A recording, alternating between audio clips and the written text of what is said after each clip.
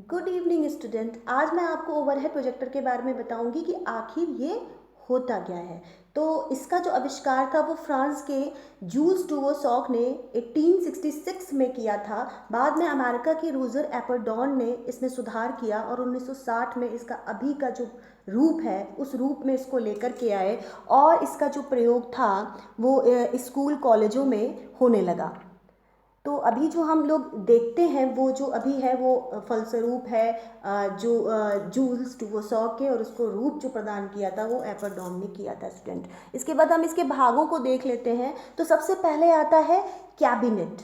तो कैबिनेट जो होता है वो स्टील का या लकड़ी का, स्टील का या प्लास्टिक का एक डिब्बा होता है जिस पर जो है ये उसकी प्रोजेक्टर की क्षमता के ऊपर डिपेंड करता है कि आखिर वो होगा कितना भारी, अगर कितना बड़ा प्रोजेक्टर है उसकी क्षमता पर डिपेंड करता है। और उसमें एक पंखा लगा होता है, उसमें पावर सप्लाई असेंबल होती है और उसमें प्रोजेक्शन लैंप जो होता है वो असेंबल होता है। इसके बाद इसका पार्ट आता है स्टूडेंट प्रोजेक्शन लैंप।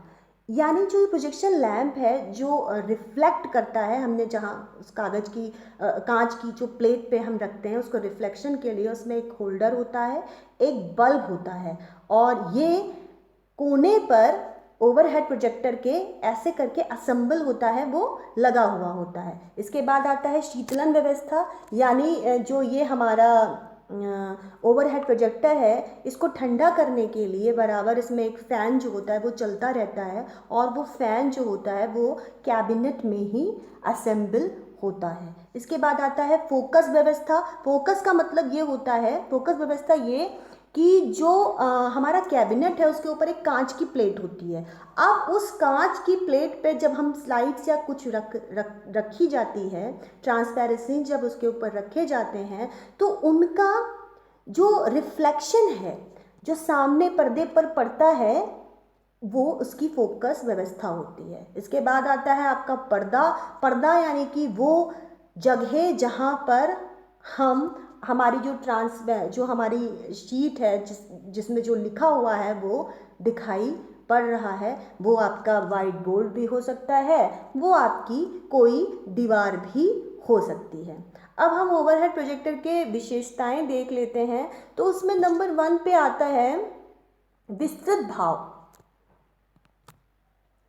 विस्तृत भाव स्टूडेंट, बिल्कुल इसका विस्तृत भाव, लार्ज इमेज, यानी एक छोटी सी स्लाइड को कैसे बड़े से कमरे में, बड़े से रूम में, कक्ष में दिखा दिया जाता है जिससे कि सभी को वो साफ साफ दिखाई देती है और जो संप्रेषण करता है यानी मैसेंजर होता है वो अपनी बात को भली भांति बता पाता है। इसके बाद दर्शकों का चेहरा, बिल्कुल फेस ऑफ द ऑडियंस, एकदम इसकी ये विशेषताएं हैं कि क्योंकि जब हम पढ़ा रहे हैं जो खड़ा हुआ है वो व्यक्ति वो आराम से सभी का फेस जो है देख सकता है, उनको अपनी बात को पहुंचा सकता है। संचारक के साथ पहचान, आइडेंटिफाई विद द यूज़र। बिल्कुल जो यूज़ कर रहा है, जैसे शिक्षक मान लीजिए ओवरहेड प्रोजेक्टर का यूज़ कर रहा है तो उसका इंटरेक्शन बराबर अपने विद्यार्थियों के साथ में होता रहेगा। फिर इसकी एक विशेषता ये है कि इसका हल्का भार, लाइट वेट, इसको कहीं भी ले जाया जा सकता है, करा जा सकता है, इसको इधर से उधर, ये मोवेबल होता है। इसके बाद लचीलापन। लचीलापन, फ्लैक्सिबिलिटी, मतलब कि हम इसके अंतर्गत अभी हमने कोई चीज़ बताई फिर उसके बाद हम उसमें नेक्स्ट स्लाइड लगा देंगे, कुछ और भी बता सकते हैं। ऐसा नहीं है कि हम उसमें कोई परिवर्तन नहीं कर सकते हैं, उसमें परिवर्तन बराबर किया जा सकता है। इसके बाद हम इसके लाभ को देखते हैं। तो स्टूडेंट इसके लाभ में एक मिनट, इसके लाभ में सबसे पहले आएगा सामान्य प्रकाश।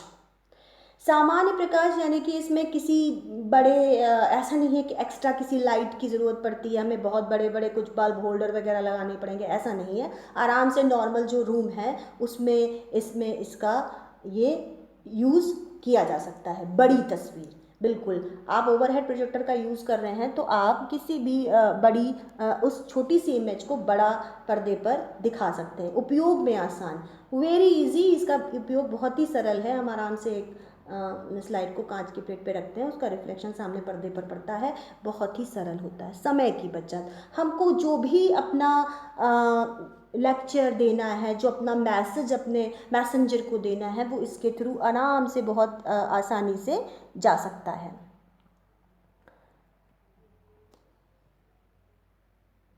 इसके बाद हम इसकी कुछ सीमाओं को देख लेते हैं स्टूडेंट, कि भाई जब कोई चीज़ है तो उसमें थोड़ी कुछ सीमाएं भी होती हैं। तो नंबर 1 कि ये महंगा, कॉस्टली, बिल्कुल ओवरहेड प्रोजेक्टर को रखना सभी स्कूलों कॉलेज के लिए आसान नहीं होता है, ये एक महंगा उपकरण है।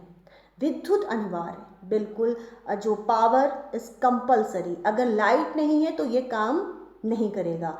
और तीसरा, शिक्षक को प्रशिक्षण की आवश्यकता होती है, बिल्कुल शिक्षक को प्रशिक्षण की आवश्यकता होती है। वो शिक्षक ओवरहेड प्रोजेक्टर को नहीं चला सकता जो इसके लिए ट्रेंड नहीं है।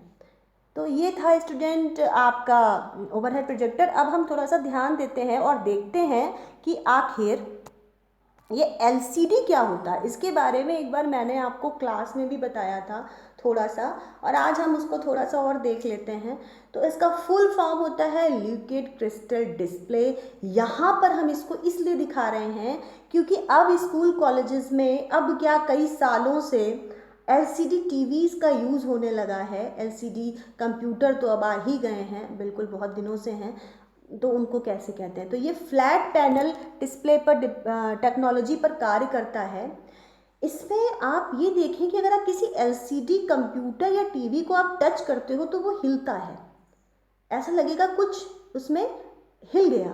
तो वो ऐसा इसलिए होता है कि इसमें जो होता है, ये जो कांच की जो दीवार होती है, वो जो स्क्रीन होती है फ्लैट पैनल, उसमें छोटे छोटे से पॉकेट्स होते हैं, और वो जो पॉकेट होते हैं उन पॉकेट्स में महीन तारों से वो बंधे होते हैं। तो जब उसमें लो वोल्टेज विद्युत धारा प्रवाहित की जाती है तो वो एकदम से चमक उठते हैं, और यही जो क्रिस्टल होते हैं हम इसको पिक्सल कहते हैं।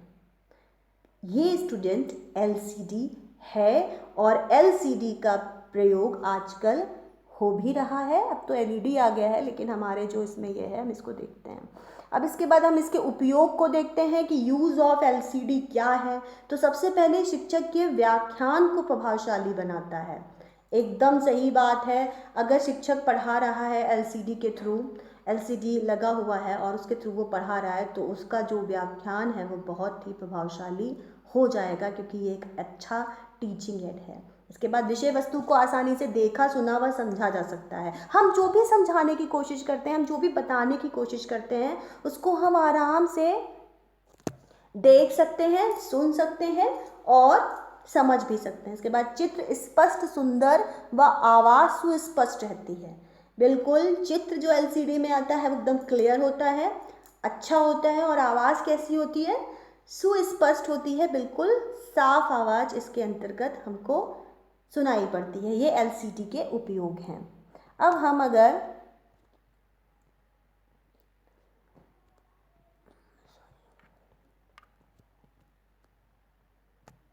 इसकी LCD की सीमाओं को देखें तो इसकी भी ये सीमाएं हैं, इसमें भी विद्युत की आवश्यकता होती है। LCD तब नहीं चल सकता अगर लाइट नहीं है, यानी कि उन स्थानों पर LCD काम नहीं करेगा ग्रामीण क्षेत्रों में जहां लाइट की बहुत ज़्यादा समस्या है। उन स्कूल्स में LCD वर्क नहीं करेगा, जैसे ओवरहेड प्रोजेक्टर वर्क नहीं करेगा। महंगा, बिल्कुल ये महंगा होता है, कॉस्टली होता है। सारे स्कूल्स के लिए, ये सारे कॉलेजेस के लिए पॉसिबल नहीं है कि वो अपने LCD को रख सकें। उसके बाद में विशेषज्ञों की आवश्यकता, एकदम इसको भी चलाने के लिए चाहे कंप्यूटर हो या कुछ भी, विशेषज्ञों की आवश्यकता होती है। तो स्टूडेंट, इसी के साथ मेरा ये सेशन समाप्त होता है, और आज हमने डिस्कस किया ओवरहेड प्रोजेक्टर और LCD को। Okay student.